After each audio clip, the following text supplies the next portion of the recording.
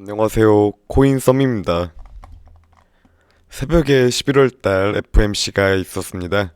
시장에서 예측하던 피봇 기대감이 가장 강했던 11월 FOMC로 발표 이후 나스닥 동향에 엄청난 변동성을 부여하였는데요.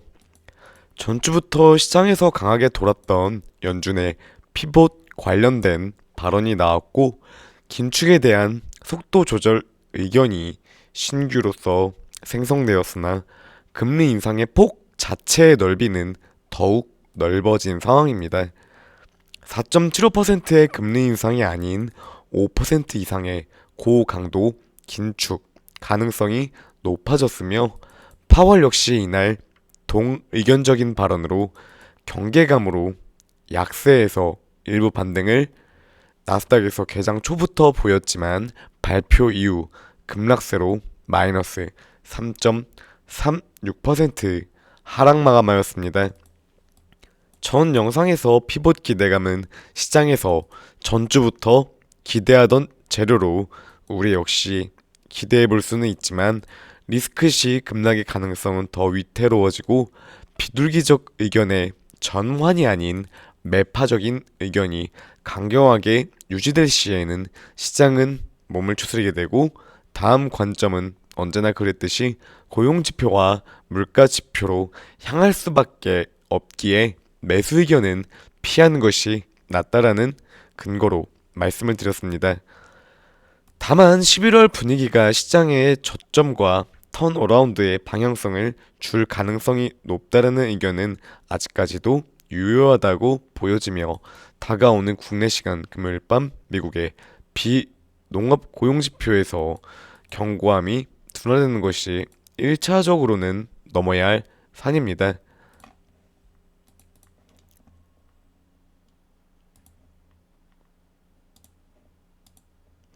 미국 시각으로 2시 30분 이전인 26분까지는 반등을 시도하는 나스닥이었습니다. 발표 이후 파월의 매파적인 입장과 함께 민간 고용지표의 호조도 같이 연출되며 1524포인트까지 밀리며 마감되었는데요.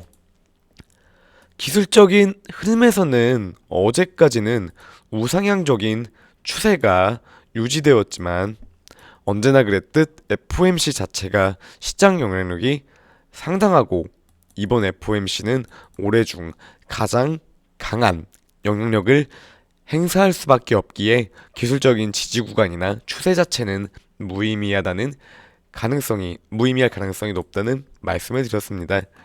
비트코인 역시 전주부터 상승 기대감을 일부 받으며 매수세로서 저항 2,920만원 위 구간까지 올려놓는 시도를 보였고, 어제 발표 이전까지도 2,920만원을 재차 터치하는 모습을 보여주었지만, 역시나 하락 후 횡보 구간이 이어지고 있는데요.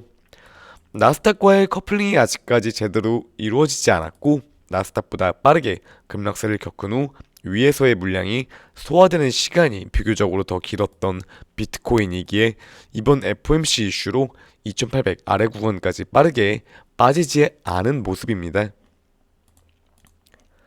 새벽에 있었던 FOMC에 대해 자세히 함께 정리해보자면, 우선 시장에서 기정 사실화적이었던 75bp의 자이언트 스텝 인상이 확실시 되었습니다. 미국의 기준금리는 4%를 달했고, 긴축의 강도가 강해지는 시점에 돌입하였는데요. 다만 시장이 기대하던 피봇 기대감은 일치하지 못했고, 4.75%의 기준금리 예상치가 5% 이상으로 넘어가면서 시장은 이 부분을 크게 악재로 받아들인 셈입니다. 파월은 상품 인플레이션의 하락이 있었지만 원하는 수치가 아니며 서비스와 근원 인플레이션의 상승을 근거로서 긴축 속도에 대한 완화는 있을 수 있지만 총합 기준금리에 대해서는 갈 길이 남아있다라며 매파적인 입장을 역시나 고수했습니다. 과잉 긴축에 대해서 위험도를 역시나 인지하고 있지만, 더 큰 위험은 금리를 올리지 않는 것과 경제 위축 시 다시 부양할 도구의 존재를 언급하였는데요. 4.75%까지의 기준금리 인상폭을 열어둔 것에서 5% 이상으로까지 뒤통수를 맞았다고 비유해 볼 수가 있습니다. 또다시 이번 주 금요일과 내주에 있을 CPI로 12월 FOMC 이전 시장의 주요 시선이 넘어갔고 전 영상에서 언급드렸던 부정적인 시나리오대로 아쉽게도 흘러가고 있습니다. 2800 주순까지의 밀림은 시세적으로도 현재 일어날 수 있지만 금요일 고용지표에 호재가 발생한다면 언급드렸다시피 2700대 구간의 재돌입 위험은 충분히 가능할 수도 있는 일이며 내주 물가지표를 앞두고 2720 지지대 구간에서 확립이 관건이라고 볼 수 있습니다. 만약 다음 12월 FOMC에서 50bp를 인상하게 된다면 올해 말 기준금리는 4.5%로 설정되는데 현재의 관점에서 미니멈으로만 보자면 내년 FOMC에서 두 차례 더 인상 확률이 높은 상황 속에서 총 0.25, 0.25로 돌아오는 12월과 합하여 1% 인상, 총 기준금리 5%를 맞출 가능성이 높습니다. 다만 안도적인 부분으로는 성명에서 향후 금리 인상의 속도 결정 시 축적된 긴축적 동화 정책과 정책의 후행적 효과 감안. 여기서 후행적이라는 문구를 특징적으로 보자면 현재 금리 인상의 속도와 폭이 상당히 빠르고 크지만 인플레이션의 압력이 해방이 가시화적으로 나타난다면 고긴축 입장에서 보다 완화적인 포지션 역시 전환점을 기대해 볼 수 있다는 점이며 이번 11월 달은 분명 가장 큰 변곡점이 될 수 있다는 기대는 아직까지도 남아있다는 점입니다.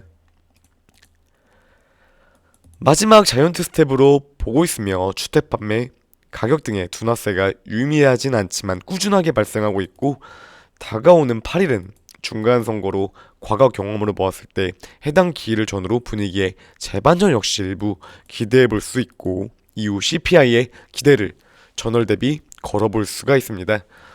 다만 아쉬운 부분으로는 민간 고용지표에서 호조가 나왔던 부분이기에 금요일 노동부의 발표 자체는 기대감이 꺾였다고 볼 수가 있습니다. 물론 노동부의 비농업 고용지표가 예상과 다르게 하회할 수도 있지만 이 부분에 대한 기대보다는 물가의 전월 대비 유의미한 하락에 더 기대를 걸어볼 수 있고 이 부분이 이루어진다면 더 변동성이 나올 확률이 높다고 보여집니다. 따라서 시세적으로는 이전에 매수했던 타이밍인 2750만원 이하 구간까지의 밀림이 금요일 전후로 나타난다면 물량 확대 매수 사인으로 유의미하다고 보여집니다. 오늘 역시 시세는 저항권에서 가까운 위치이지만 2850만원을 중심부로 해서 유지가 꾸준하게 이어지고는 있습니다.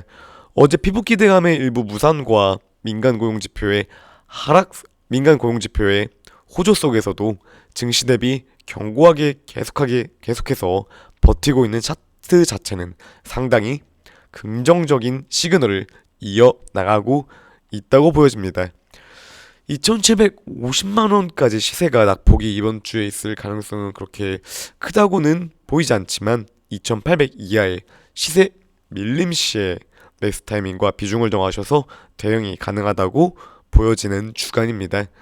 이번 주 금요일 노동부의 비농업 고용지표 기대감 자체는 민간 고용지표로 다시금 말씀드리지만 선반영이 일부 이루어졌다고 판단되고 변동성은 다음 주에 있을 8일과 10일을 기점으로 더 큰 움직임이 나오지 않을까 조심스레 생각이 듭니다.